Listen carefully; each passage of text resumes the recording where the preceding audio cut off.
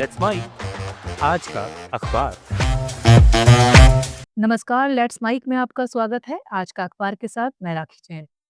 यहाँ हम देश दुनिया के सबसे बड़े और विश्वसनीय अखबारों से चुनते हैं वो रिपोर्ट्स जो सिर्फ खबर नहीं, आपकी समझ और सोच को गहराई देती हैं। द न्यूयॉर्क टाइम्स से प्रकाशित एक दिलचस्प लेख में बताया गया है कि बहुत से जेन जी युवा यानी 1990 के दशक के आखिर से लेकर 2010 के शुरुआती वर्षों में जन्मे लोग आज रूढ़िवादी ईसाई धर्म की ओर क्यों लौट रहे हैं। ये वही पीढ़ी है जिसके बारे में उम्मीद की जा रही थी कि शायद अमेरिका को कम विभाजित और ज्यादा उदार सोच वाला बनाएगी। लेकिन लेख का कहना है हकीकत इसके उलट दिख रही है। राजनीति और धर्म का जो ध्रुवीकरण पहले से था वो अब युवाओं के बीच भी गहराता जा रहा है। लेख बताता है कि जेन जी की एक बड़ी आबादी बिल्कुल धार्मिक नहीं है। लगभग एक तिहाई युवा किसी चर्च से नहीं जुड़ते। लेकिन दूसरी तरफ एक मजबूत तबका ऐसा भी है जो कोविड के बाद की खालीपन और जीवन के उद्देश्य की तलाश में कठोर धार्मिकता और राजनीति के संगम की ओर बढ़ा है। ये युवा अपने विश्वास को सिर्फ व्यक्तिगत नहीं मानते, बल्कि स्पिरिचुअल वारफेयर यानी अच्छाई और बुराई की जंग के रूप में देखते हैं। उनके लिए राजनीति भी उसी जंग का हिस्सा है। लेख के मुताबिक पुराने दौर के ईसाई दक्षिणपंथियों से इन युवाओं की सोच अलग है। 1980 के दशक में जब धार्मिक दक्षिणपंथ उभरा था, तब उसका झुकाव पारंपरिक नैतिकता और पारिवारिक मूल्यों की ओर था। लेकिन जेनजी ईसाई ज्यादा करिश्माई, भावनात्मक और उग्र है।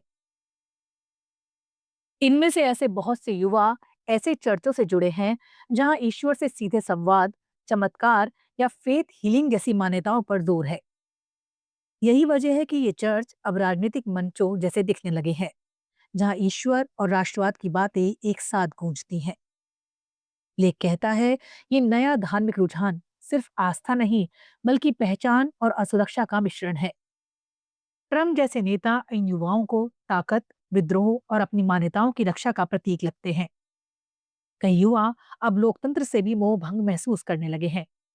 उन्हें लगता है कि अगर लोकतंत्र उनकी धार्मिक सोच को जगह नहीं देता, तो शायद कोई और व्यवस्था बेहतर हो।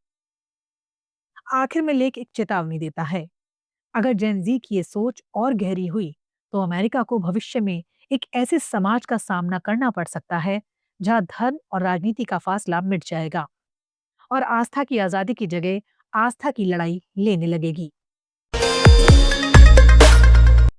द गार्जियन में प्रकाशित फ्रांसीसी इतिहासकार पियरे पुर्सगिले का ये लेख बताता है कि फ्रांस में जो कुछ आज हो रहा है वो किसी सामान्य राजनीतिक हलचल नहीं, बल्कि संवैधानिक संकट है। ऐसा संकट जो देश की मौजूदा राजनीतिक व्यवस्था की जड़ तक जा पहुंचा है।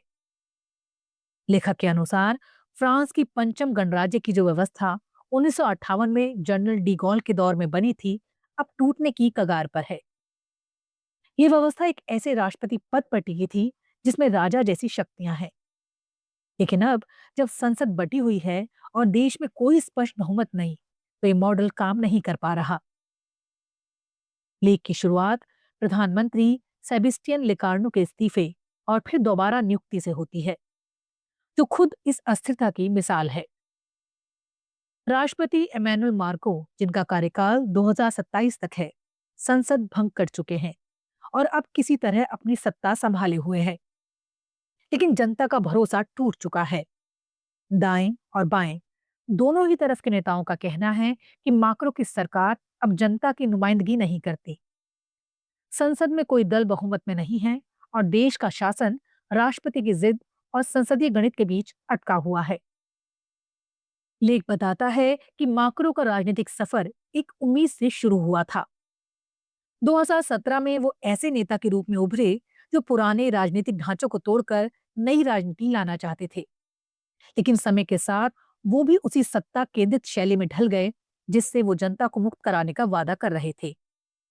उन्होंने ऊपर से नीचे तक नियंत्रण रखने वाला तरीका अपनाया, जिससे जनता के मुद्दे और संस्थाएं दोनों हाशिए पर चले गए।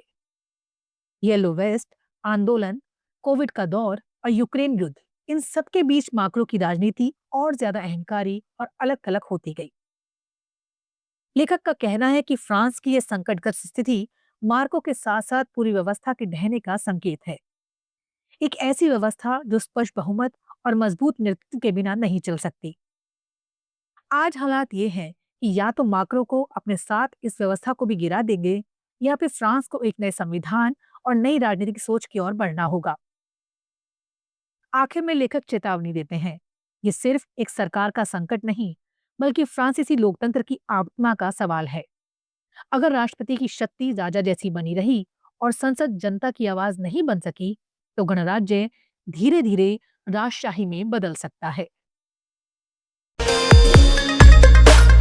बीबीसी में प्रकाशित लेख में कैंसर के इलाज में चल रही एक नई वैज्ञानिक क्रांति की चर्चा है, जिसमें अब बिना सर्जरी के सिर्फ आवाज की ताकत यानी अल्ट्रासाउंड से ट्यूमर को नष्ट करने की कोशिश की जा रही है। लेख की शुरुआत बायोमेडिकल इंजीनियर जैन शू की कहानी से शुरू होती है, जिन्होंने अमेरिका की मिशिगन यूनिवर्सिटी में गलती से एक ऐसा प्रयोग कर डाला जिसने कैंसर उपचार की दिशा ही बदल दी। वो अल्ट्रासाउंड वेव्स का इस्तेमाल कर संक्रमित टिश्यू को नष्ट करने का तरीका खोज रही थी, और जब उन्होंने इसकी फ्रिक्वेंसी बढ़ाई तो पाया कि टिश्यू बिना चीरफाड़ खुद टूटने लगा। इसी खोज से जन्म हुआ हिस्टोट्रिप्सी नामक तकनीक, जिसे आज साउंड वेव सर्जरी भी कहा जा रहा है। लेख बताता है कि हिस्टोट्रिप्सी में डॉक्टर अल्ट्रासाउंड वेव्स को ट्यूमर पर बहुत बारीकी से केंद्रित करते हैं। ये तेज ध्वनि पल्स सूक्ष्म बुलबुले बनाते हैं, जो फटकर कैंसर कोशिकाओं को तोड़ देते हैं। शरीर की इम्यून सिस्टम बाद में इन टूटे टिश्यू को साफ कर देती है। ये प्रक्रिया बिना दर्द, बिना चीरा और तेज होती है। अधिकतर मरीज कुछ घंटों में ही घर लौट सकते हैं। अमेरिका ने 2023 में इस तकनीक को लीवर कैंसर के इलाज के लिए मंजूरी दी थी, और अब ब्रिटेन ने भी इसे अपने नेशनल हेल्थ सर्विस प्रोग्राम में शामिल किया है। शुरुआती परीक्षणों में तरीका 95% मामलों में सफल साबित हुआ है। लेख के मुताबिक ये खोज कैंसर उपचार को पूरी तरह बदल सकती है। अभी तक सर्जरी या रेडिएशन ही मुख्य उपाय थे, जिनसे कई दुष्प्रभाव होते थे, जबकि हिस्टोट्रिप्सी नॉन इंसेंटिव और अपेक्षाकृत सुरक्षित है। वैज्ञानिक अब इसे किडनी और पैंक्रियाज के ट्यूमर पर भी आजमा रहे हैं। हालांकि ये हर तरह के कैंसर के लिए कारगर नहीं है। हड्डियों या गैस वाले अंगों में इसका उपयोग सीमित है, और अभी ये स्पष्ट नहीं कि इलाज के बाद कैंसर दोबारा लौट सकता है या नहीं। बीबीसी का ये लेख इस तकनीक की संभावनाओं से आगे बढ़कर भविष्य की दिशा भी दिखाता है। वैज्ञानिक अब अल्ट्रासाउंड की कीमोथेरेपी और इम्यूनोथेरेपी जैसी पारंपरिक विधियों के साथ जोड़ने का काम कर रहे हैं। रिसर्च से पता चला है कि अल्ट्रासाउंड से बने माइक्रो बबल्स न सिर्फ दवाओं को सीधे ट्यूमर तक पहुंचा सकते हैं, बल्कि रेडिएशन और दवाओं की कम मात्रा में भी बेहतर असर ला सकते हैं। लेख का सार यही है, कैंसर के खिलाफ जंग अब चीरफाड़ से नहीं, साउंड से लड़ी जाएगी। अगर ये तकनीक सफल रही तो भविष्य में कैंसर का इलाज न दर्द देगा और न डर, बस एक मशीन की शांत गूंज में उम्मीद की आवाज सुनाई देगी। आज का अखबार में फिलहाल इतना ही। देखते रहिए, सुनते रहिए लेट्स माइक। नमस्कार। आप सुन रहे थे let's mic more than radio. Follow कीजिए हमें हमारे सोशल मीडिया प्लेटफॉर्म्स पर। It's time for news. It's time for More Than Radio.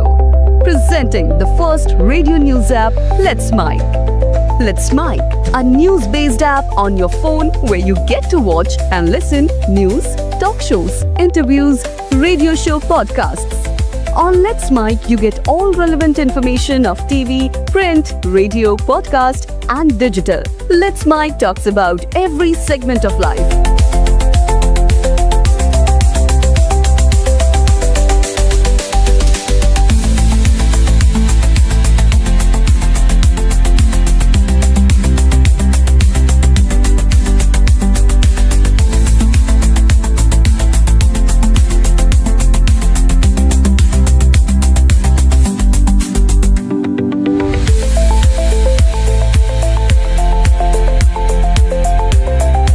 Download the app now from Play Store. Available both on Android and iOS mobile phones. Follow us on YouTube, Instagram, Twitter, LinkedIn, Facebook, Telegram, WhatsApp, Snapchat. Let's talk, let's connect, and let's mic.